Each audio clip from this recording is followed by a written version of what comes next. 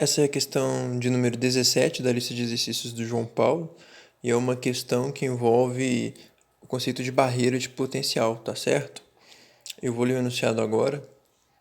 Calcule o coeficiente de transmissão para um elétron de energia total 2,4 eV incidente sobre uma barreira de potencial de altura 4 eV e largura 10 a menos 10 metros. Repita o cálculo para uma barreira com largura de 10 a menos 9 metros e discuta a diferença observada. Então, está aqui a esquematização do nosso problema.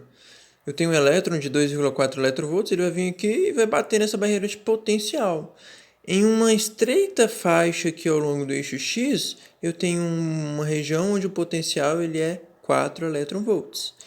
É uma questão onde a barreira de potencial possui mais energia do que a energia do elétron. E para isso, a gente tem uma expressão para o coeficiente de transmissão, que é o que está pedindo no exercício, que é dado por essa fórmula toda enorme aqui, ó. E nessa fórmula do coeficiente de transmissão, eu tenho uma expressão dentro dela que é o produto K2 vezes A, que por sua vez é dado por essa outra expressão aqui, ó, raiz quadrada disso tudo. Calcular o coeficiente de transmissão é basicamente substituir esses valores aqui, tá certo?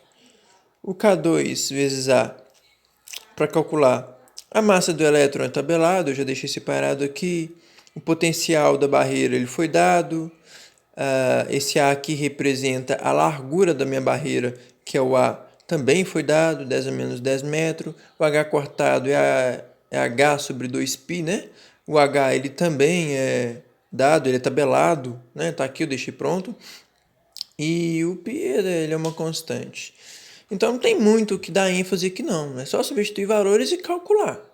Então a gente calcula para 10 a menos 10 metros, tá? Eu substituo os valores aqui, não preciso ficar entrar muito em detalhes nisso não, porque isso é mais algebrismo, tá certo? Aqui o valor de K2A, para o caso de 10 a menos 10 metros, a largura da barreira de potencial, e com esse valor de K2A, né, valor de K2A. E para esse valor de K2A eu acho o meu coeficiente de transmissão, 0,666. Depois ele pede para calcular para quando o meu A ele é 10 a menos 9 metros, tá certo? É só repetir essas fórmulas substituindo agora o novo A, e eu já deixei aqui embaixo agora, ó, quando o A é 10 a menos 9 metros, o coeficiente de transmissão é esse daqui. Aí ele pede para discutir esses dois valores aqui, tá certo? É o que a gente vai fazer aqui agora. Eu entendo que quando eu aumentei a largura da minha barreira de potencial, eu vi que o meu coeficiente de transmissão ele diminuiu bastante. E será que isso era o esperado? Vamos voltar lá para a física da questão. Eu tenho um elétron vindo aqui e ele bate na barreira de potencial. Pela mecânica clássica, eu esperaria que refletisse, né? O elétron ele voltasse. Mas pela quântica a gente vê que há uma probabilidade de eu encontrar o elétron desse lado aqui, ó, do lado direito da minha barreira de potencial. Então, se eu pensar que o coeficiente de transmissão ele está intimamente ligado com a probabilidade de eu encontrar o elétron do outro lado, o que eu espero se eu aumentar essa barreira aqui? Vamos imaginar o seguinte, ó. Imagina que agora a barreira de 10 a menos 10, eu aumentei ela para 10 a menos 9, mais ou menos aqui, né?